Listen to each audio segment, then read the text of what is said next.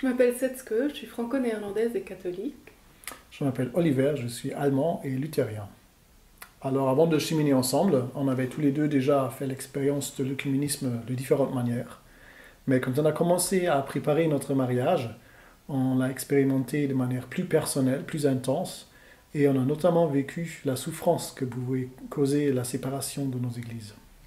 Après discernement, on avait fait le choix de nous marier dans l'église catholique. Et pour moi, c'était évident qu'on se marierait au cours d'une Eucharistie.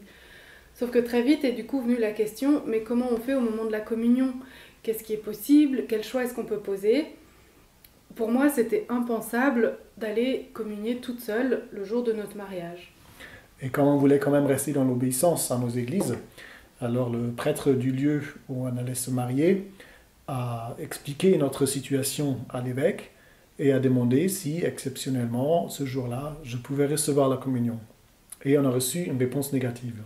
Alors le jour où cette réponse est arrivée, j'ai traversé un tas d'émotions. C'était clair qu'on n'allait pas pouvoir vivre une Eucharistie le jour de notre mariage.